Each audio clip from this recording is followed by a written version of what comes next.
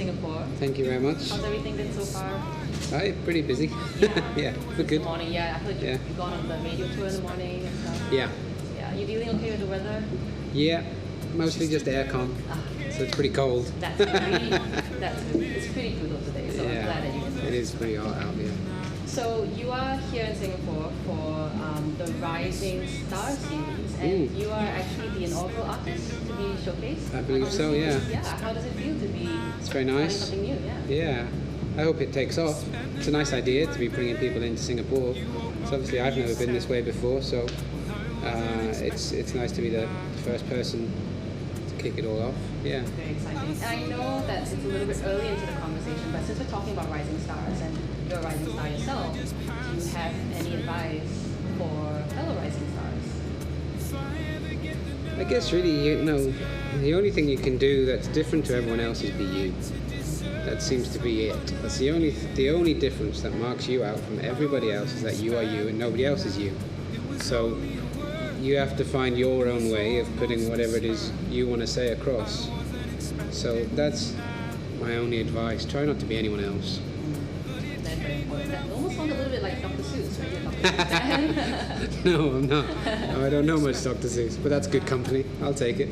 Fair enough. So it's been quite an exciting year for you. Yeah. What would be signed to Gingerbread Records, releasing your self-titled album, and having it go to #1. Congratulations. Thank you. Are there any more highlights from the year that really stood out for you? Well, I guess being #1 was the biggest thing.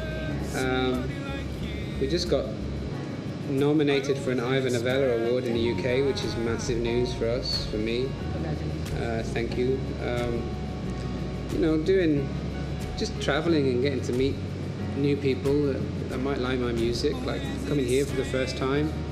I've been to Australia 3 times, I'm about to do my first US headline tour. It's all pretty crazy. It's all been like a year of highlights, really. Yeah, so the awards, I read about that online, and I also understand that Ed Sheeran is also up for the same award, and that is, let me see, I have that right there, Best Song Musically and Lyrically. I'm sure you guys have talked about that. No, not at all. No, well, he's away. Oh, right. But yeah, it's mad that I'm up against him. And the very brilliant Wolf Alice as well, who are fantastic. So it'll be an interesting day. I don't think Ed's going to be there, which is a shame. It would have been nice to celebrate, just the nomination itself with him. But he's off traveling somewhere. So right. Okay. Yeah. All the best. And thank you. Yes, I hope everything goes well with that. So with all the hype surrounding you at the moment, I found an online article from last year that talked about how you're a bit of a mystery.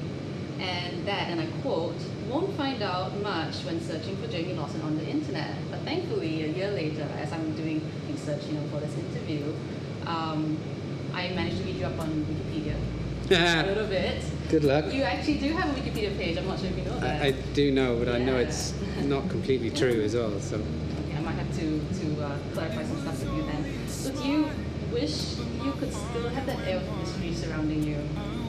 As far as I can tell,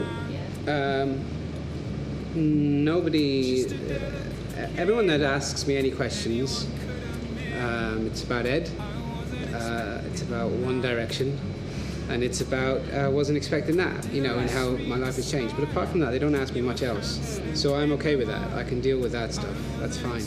Nobody's got too personal and, I don't know, asking me anything too bad, So I don't... It doesn't feel like my life has changed that much. I'm just busy and I travel a lot and I get to sing, which is fantastic, but I always sang. So, so I don't feel famous in any way. Nobody stops me anywhere, so I'm good with that. Okay. Yeah. So again, it's just that you have a much more packed schedule than before and you get to do something you love? Yeah, completely, yeah. Most days. Yeah, it's great. What a way to live. So let's go into your music a little bit. So Ed Sheeran said in an article once that, and I quote, "You are for real music lovers." And how would you define that? And going on the vein of your newer single, do you think you are someone for everyone? No, I don't. You know, everyone's got different tastes, so there's bound to be people that don't like what I do. That's fine. I have no issue with that. Ed's always been very kind and very complimentary about what I do, and has been a firm believer in how powerful a song can be, as long, you know, at its core, which is usually just this. So it's been great having him champion it in the way he has. I don't know, we've reached a lot of people with it, so it's pretty cool. So even though you are solo singer-songwriter, is there anybody that you'd like to collaborate with, maybe for your next album or in the future? I don't know, actually.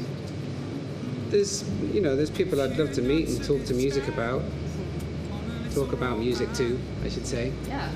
Is there anybody like that? But there's a band called Elbow in the UK that I love. Oh yeah. I'm a big fan of them. There's a singer in the States called Patty Griffin. She's a kind of country singer, and I love her stuff. I've talked with Ed about writing with Ed for some stuff, so that would be nice. So there's plenty of people I'd like to work with. Whether we get those opportunities or not, I don't know, but you know, fingers crossed.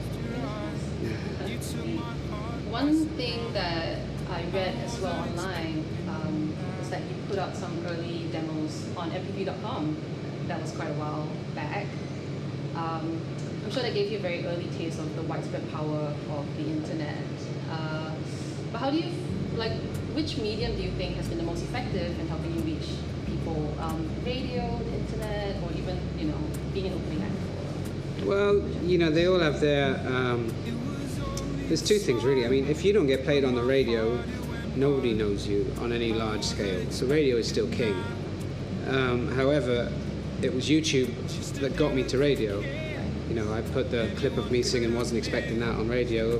Radio in Ireland picked it up, played it from YouTube, and that was a hit in Ireland. And that's led to everything else, really. So obviously the internet can be massively influential and very useful for unknown people to find an audience, to be found. At the same time, the way it works at the minute is a bit off. People aren't quite getting the money they deserve from it, so it's tough to make a living. At the same time, you know, it's hard. You're kind of only making your money in live music, and you can't afford to get everywhere. It's kind of weird, but it's you know, it's double-edged. It is very, very useful at the same time. So at the moment, I'm not complaining. I probably have done in the past, but right now I'm good. So yeah. Yeah, and I mean, you get to come to places like Singapore. Exactly, yeah. Which I guess. And people know about it somehow. So it is pretty amazing. Yeah, I think you would be surprised the number of people who would probably have heard of your music just via the internet, via YouTube. Yeah. So you're telling me earlier on that you've got something in the works. Tell us what's next for Jamie Lawson. Well, this year's pretty much spent touring. Like, I go to the US after here to do a solo tour, and then I'm into Europe to do gigs there. And throughout the summer I've got a load of festivals, but also while that's happening I intend to be writing for the next record, which I hope will be out sometime next year, hopefully early next year. You know, I'll record it at the end of this year with any luck. And we just keep it all going. And we'll see if anyone else wants to hear it, you know, if anyone else wants to hear more. That's the test, I guess. Right. Well, I'm sure everyone will be staying tuned, keeping a lookout for your next album. Hopefully. Fingers crossed. Yeah, hopefully. Well, have a great show tonight. Thank you very much. Thanks for saying hello. Thanks. Cheers. You know I wouldn't change a thing without that innocent kiss. It was only a smile. Who is, of course, the second electric guitar player in the Crosby, Stills and Nash band, was brilliant.